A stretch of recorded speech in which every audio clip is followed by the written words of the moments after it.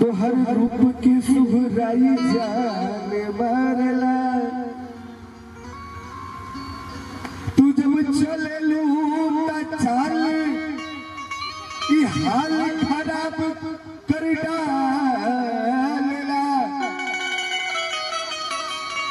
अरे ऐसे मटक के न चला ये गोरी कितना लोग के घायल कर डालेला।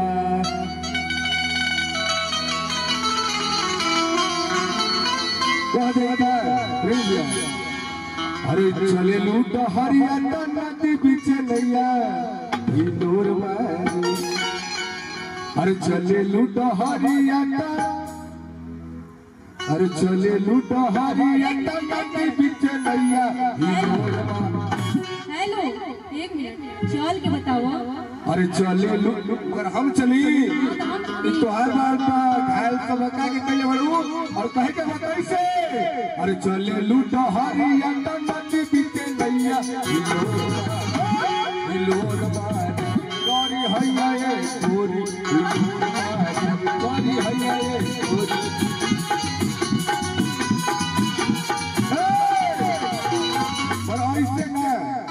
वैसे से तू है करीबू और चल करीबू ना ये बड़ा फैसला हो तो नहीं भैया होई ना आवा चलो और भैया अरे चले लूट हरिया नदी बीच नैया हिलोर ऐसे अब कैसे हैदरा आई जब आजकल आई जाने खपड़ा चलल बा बैंज वाले भैया के नीचे बुझिए वो कैसे नीचे कितना लग तो नीचे होता ही बा वो चलिए कोने बात नहीं है तेरे दा एक दा गुरुजी एकरा पकड़ी आज तेरे हम चल के दिखा दे कैसे चली हां। अरे चले लूट हरिया नदी बीच अब कैसे चलेगी जब हम चले तब में चलबू। अरे चले लूट हरिया नदी बीच नैया हिलोर मारी गौरी हैया ये गोरी।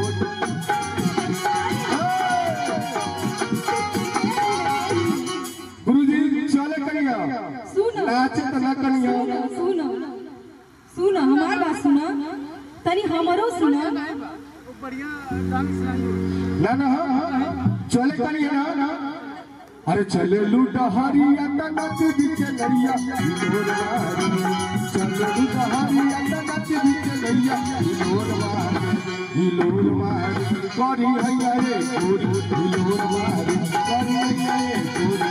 मगर ऐसे ना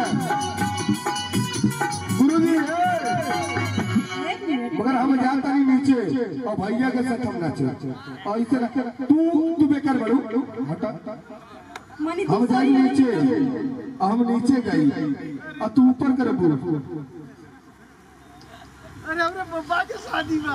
अरे कौन बात नहीं थे ये बड़ा भाग्य से ऐसा सौभाग्य वाला कैसा ऐसा हमन के प्रोग्राम मिलेला और भाग्य से हमन के मिलल जाला और आप लोग भी बड़ा भाग्य से मिलल जाला।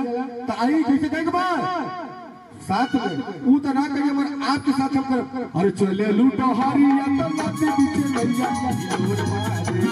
चले लूट हरिया नदी बीच नैया हिलोर मारी गौरी हैया ये गोरी हिलोर मारी गौरी हैया ये गोरी हिलोर मारी।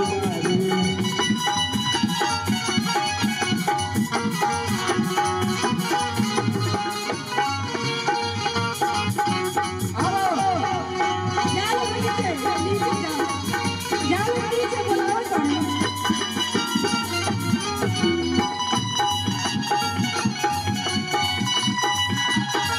और कहे तो ना भैया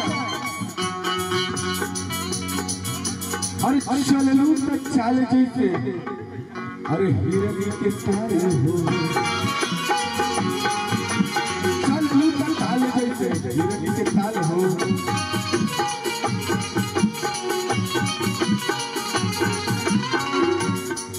अरे गम गम के भैया भैया बड़ा खुश हो गया। अरे गम हम ही नहीं के क्या तरह की तू आई था पर हमारा साथ साथ देना इतना बड़ा कलाकारन के ताली और प्यार ऐसी आवाज बहुत होता है। कैसे कहना है? अरे चले लूटा हारी के बीच भैया सारी गए